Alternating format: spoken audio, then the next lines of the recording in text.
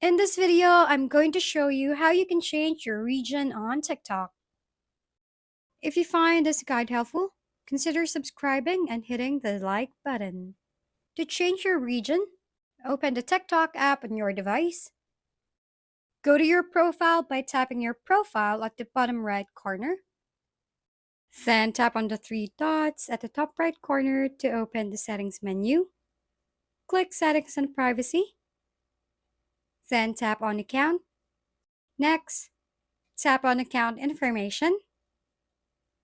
And then select TikTok region. Choose the region you want to switch to from the list provided. Once you've selected your desired region, TikTok may ask you to confirm your choice. Follow the prompts to confirm, then change it. And by doing this, you can now successfully change your TikTok region. Thank you for watching. We hope this video helped you figure things out. If we've been helpful, kindly give us a thumbs up. And don't forget to hit the subscribe and bell button for more contents.